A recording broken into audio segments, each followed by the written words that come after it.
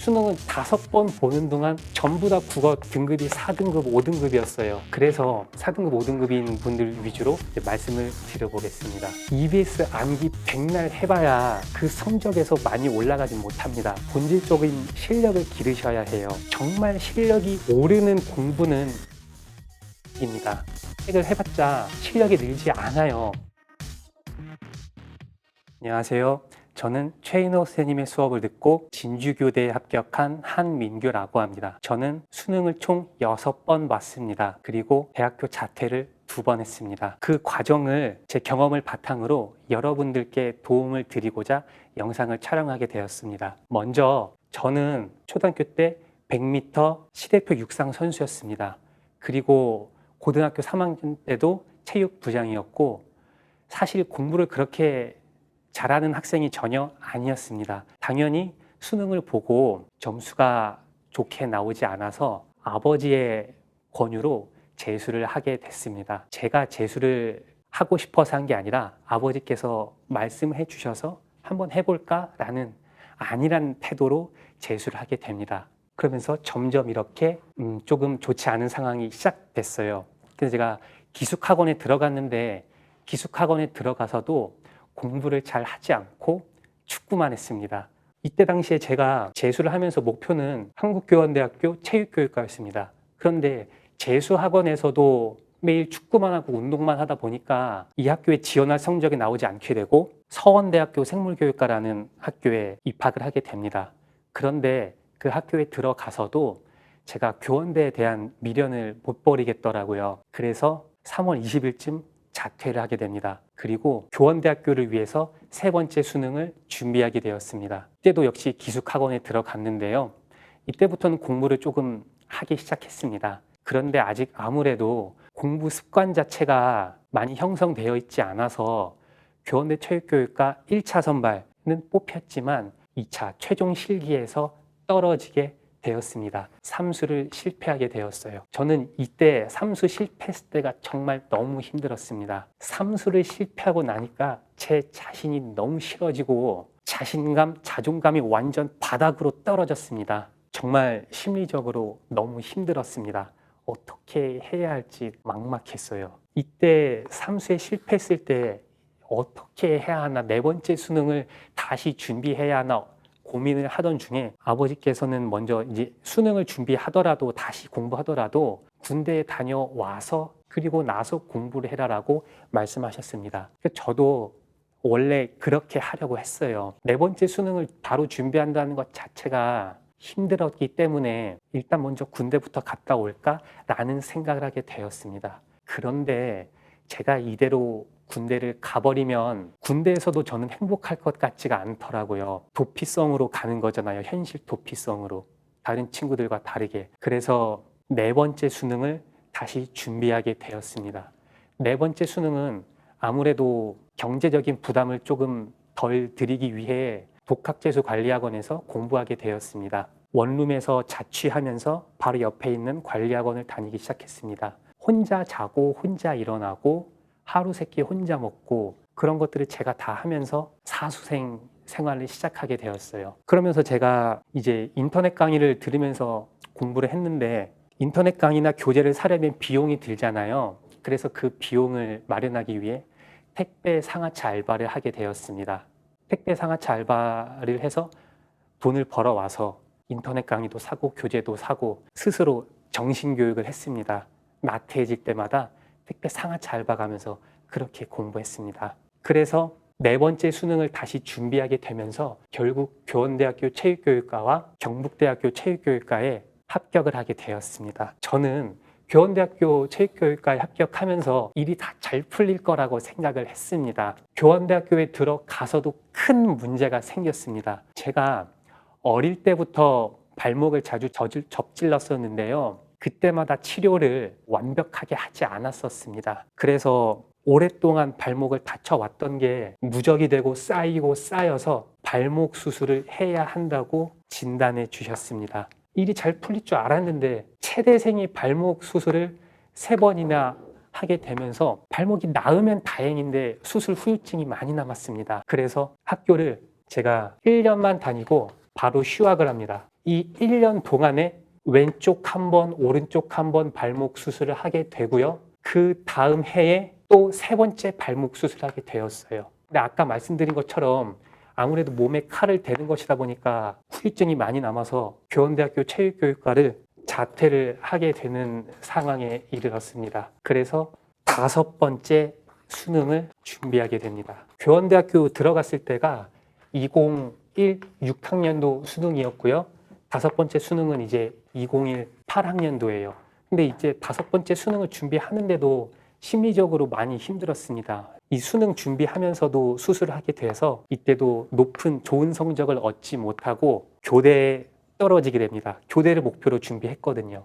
그래서 5번째 수능이 실패한 후에 이제 휴학을 한 번 더 하게 돼요. 이제 2년 휴학을 하게 되면서 6번째 수능을 준비하게 되었습니다. 이게 바로 작년에 치룬 수능이에요. 그리고 다행히 진주교대에 최초합하게 되었습니다. 그래서 2번의 자퇴와 6번의 수능의 경을 바탕으로 여러분들께 오늘의 이야기를 들려드리려고 합니다. 국어를 어떻게 공부를 했는지, 수능은 5번 보는 동안 전부 다 국어 등급이 4등급, 5등급이었어요. 100분위는 53%, 55%, 진주교대 합격할 때 2등급 100분위 94의 성적을 받게 되었습니다. 그래서 여러분들께 오늘 국어 공부 방법과 그리고 재수생, 장수생 여러분들께 드리고 싶은 이야기를 해드릴까 합니다. 그러면 이제 국어 공부 방법에 대해 말씀드려보겠습니다. 제가 수능을 총 6번 봤다고 말씀드렸잖아요. 첫 번째부터 5번째까지는 수능 국어 등급이 전부 이제 4등급에서 5등급이었습니다. 그리고 6번째 수능에서야 높은 2등급을 받게 되었습니다. 그래서 4등급, 5등급인 분들 위주로 이제 말씀을 드려보겠습니다. 문학, 문법, 비문학 순으로 말씀드려볼게요. 먼저 문학은 수능국어 EBS 70% 연계에서 가장 큰 비율을 차지합니다.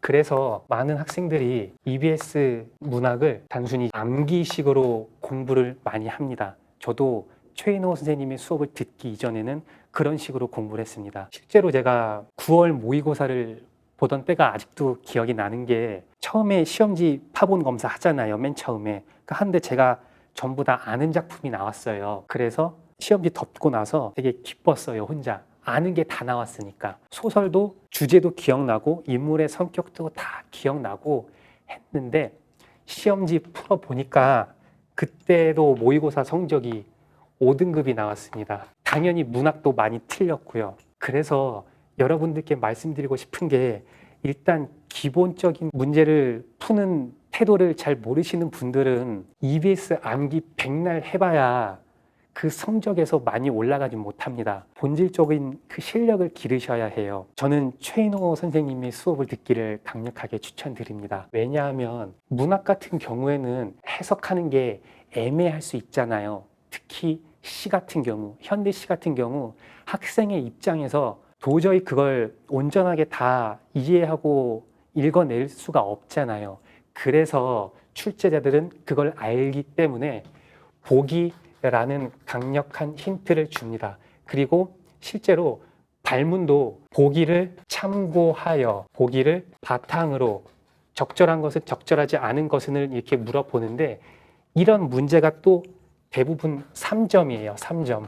이 보기에서 해석의 기준을 줍니다. 해석의 기준을 주기 때문에 올바른 기준을 잡고 그제서야 지문으로 읽어내려 가셔야 합니다. 이렇게 공부를 하셔야 하는데 많은 학생들이 이 과정이 생략된 채 EBS만 암기하다가 저처럼 이제 많이 틀리게 되는 거예요. 본질적인 실력이, 논리력이 뒷받침되지 않았기 때문에. 근데 최인호 선생님께서는 이 보기를 활용하는 데 있어서 정말 독보적이라고 표현을 하고 싶습니다.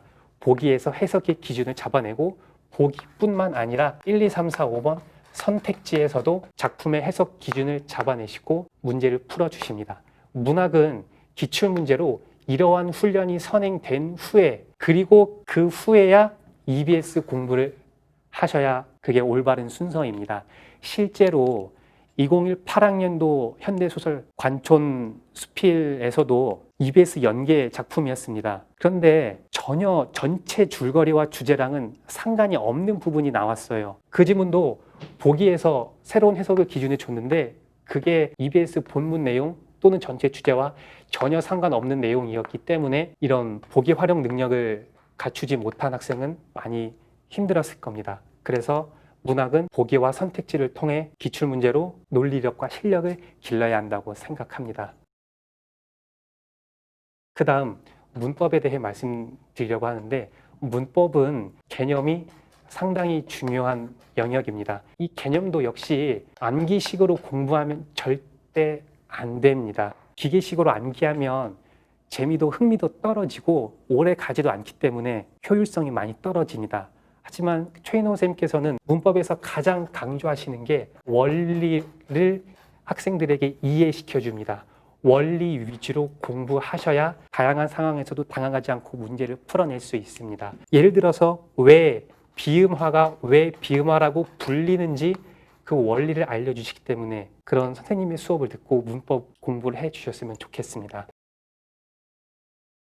그리고 이제 비문학인데 가장 어려운 영역이 비문학이잖아요. 비문학은 정말 문제풀이 싸움이 아니라 지문 읽기 싸움입니다. 누가 지문을 더 잘 읽어냈느냐가 중요한 거예요. 문제풀이는 그 다음 과정입니다. 그래서 비문학을 제가 말씀드려보면 최인호 선생님께서 정말 강조하시는 게 하나의 글을 여러 번 읽으라고 말씀하십니다. 여러 개의 글을 많이 읽어보는 게 아니라 하나의 글을 여러 번 읽으라고 강조하십니다. 제가 그 이유에 대해서 생각을 해봤는데요. 글을 한 번 읽었을 때 내 눈에 들어오는 게 하얀색 동그라미라면 두 번, 세 번 읽었을 때는 내 눈에 안 보이던 게 더 보이게 됩니다. 그리고 다음날에 똑같은 지문을 또 읽고 5번, 6번 읽다 보면 안 보이던 게 또 보이게 돼요. 이런 과정이 노란색, 파란색 과정이 많이 있어야 실력이 오릅니다. 그런데 많은 학생들이 비문학 공부를 하얀색, 하얀색, 하얀색 이런 식으로 하는 것 같아요.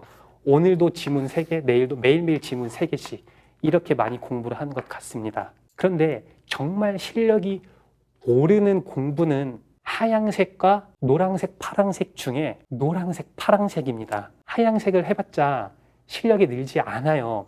반면에 이렇게 공부하는 학생들이 있는가 하면 하나의 글을 읽고 그 글을 또 읽고 그 글을 또 읽는 이런 식의 공부를 하는 방법이 두 가지로 나눠볼 수 있겠는데요. 많은 학생들이 국어 공부를 이렇게 합니다. 이렇게 해야 진도도 빨리 나가는 것처럼 보이고 공부를 하는 것 같은 착각을 하기 때문입니다. 공부를 하는 느낌이 많이 들잖아요. 문제도 빨리 푸니까 이렇게 하면. 근데 이런 식으로 공부를 하게 되면 진도가 당연히 처질 수밖에 없고 공부를 별로 하지 않는 것처럼 보여요. 이 사람들 눈에.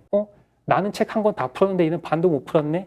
이런 식으로 되는 거예요. 그래서 남들 따라가려고 이렇게 양치기로 승부를 보는 겁니다. 그런데 이런 식으로 공부를 해도 되는 학생들이 있어요.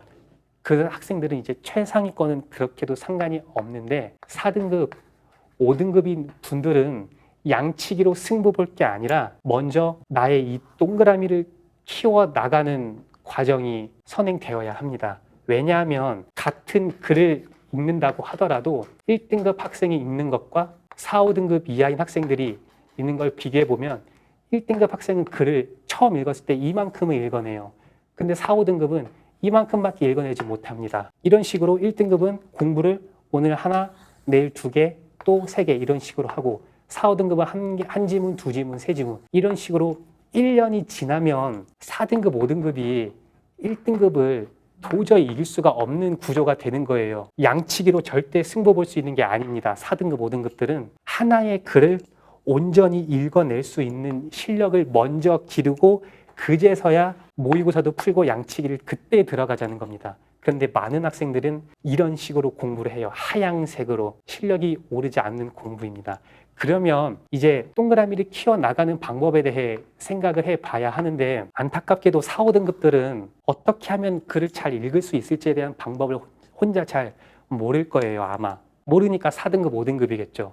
그래서 누군가의 도움을 반드시 받아야 하는 겁니다. 그래서 저는 최인호 선생님의 수업을 듣기를 추천을 또 드리는데, 먼저 수업을 듣는 방법을 말씀드리면, 여러분이 글을 이렇게 읽고 최인호 선생님의 수업을 들으면 선생님께서는 이만큼을 방법을 제시해 주실 거예요. 글을 이렇게 읽는 거다. 여러분이 놓친 부분이 이만큼이잖아요.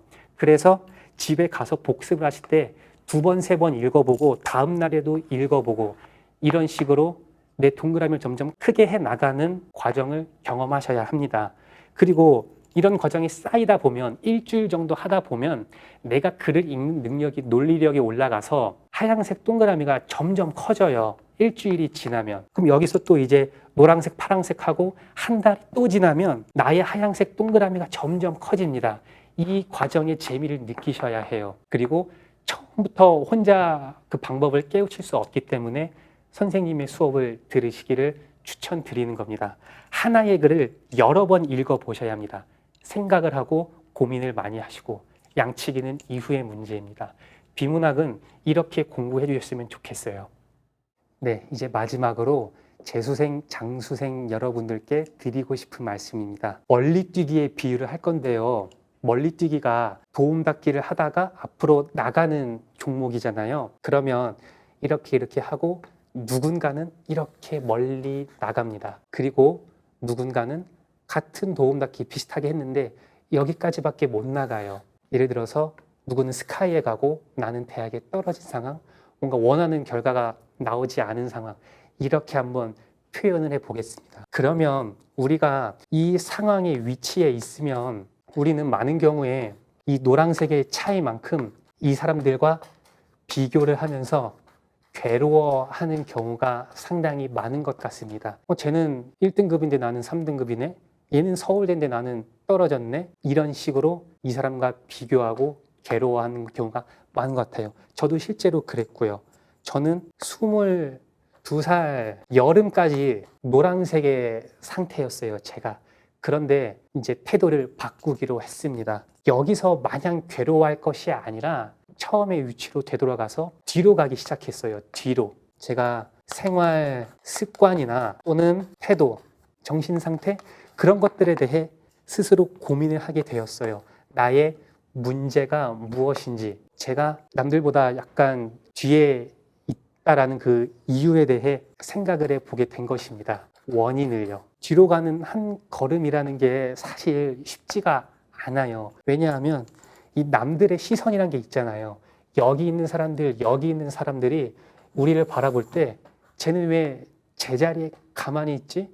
왜 뒤로 가지? 라고 하면서 곱지 않은 시선을 주는 경우가 많을 거예요. 그런데 저 노란색과 이 빨간색의 가장 큰 차이점 중에 하나가 저는 시선의 방향이라고 생각합니다. 노란색 같은 경우는 나의 시선이 바깥 그리고 외부를 향하는 것이라면, 빨간색 같은 경우는 나의 안, 내부, 내면을 향하는 시선이죠. 많은 경우에 우리의 시선을 주위 사람을 너무 의식하는 것 같아요. 그런데 주위 사람의 시선을 의식하면서도 정말 가장 중요한 사람, 나라는 사람에 대해서는 별로 돌보지 않는 것 같아요. 그래서 저는 재수, N수를 결심하신 분들이 노란색의 방향보다 빨간색, 나를 되돌아보는 시간이 반드시 선행되어야 한다고 생각합니다. 이런 모든 것들을 통틀을 수 있는 말이 성찰 아닌가 하고 생각합니다. 이런 과정이 반드시 선행돼야 돼요. 제가 재수 3수 때 이게 없었어요. 등 떠밀려서 재수하고 맨날 축구만 하던 시절에는 성찰을 안 하고 그냥 맨날 공부하는 척만 하니까 성적이 오르지 않았던 거예요. 성찰을 하고 그제서야 공부를 해주셨으면 좋겠습니다. 그리고 모든 사람이 같은 때에 일이 잘 풀릴 수가 없잖아요. 수능이건 아니건. 누구는 여기 있고 여기 있고 여기 있고 여기 있을 수 있다는 걸 당연한 거잖아요. 이것부터 먼저 인정을 해주시면 편하지 않을까 싶습니다. 모든 사람들이 서울대에 갈 수도 없고 서울대 간다고 해도 다 같이 20살에 가는 게 아니잖아요. 누구는 20살, 21살, 22살. 지금 내가 여기 조금은 뒤처져 있다는 것에 대해 너무 스트레스 받지 않으셨으면 좋겠어요. 평생 여기 있을 거 아니잖아요. 그래서 내가 여기 있을 수 있구나. 그렇다면 내가 여기 있지만 이걸 인정하고 그 원인을 스스로 분석해 보고 이 뒤로 가는 한 걸음을 통해 이만큼 앞으로 나가자는 겁니다. 그래서 당장 힘들겠지만 이걸 통해 저 멀리 나갈 수 있다면 이게 적어도 나에게는 세상에서 가장 위대한 한 걸음이 아닐까 하고 생각합니다. 저는 여러분들이 이런 과정을 잘 경험해 나가셨으면 좋겠어요. 그래서 저는 정말 수험생분들이, 특히 재수 N수하시는 분들에게 필요하다고 생각하는 게, 가장 열심히 먼저 공부해야 한다고 생각하는 게 1교시 국어 영역도 2교시 수학 영역이라고도 생각하지 않습니다. 가장 먼저 선행되어야 할 것은 0교시 태도 영역이라고 생각합니다. 태도에 대해 스스로 성찰해보고 고민을 하시길 바랍니다. 그리고 시선을 너무 바깥으로 돌리지 마시고 내 안, 내가 가장 소중한 사람이잖아요. 나를 너무 해치지 마시고 이런 성찰과 태도 영역을 열심히 공부하시면서 좋은 결과를 이뤄내셨으면 좋겠습니다.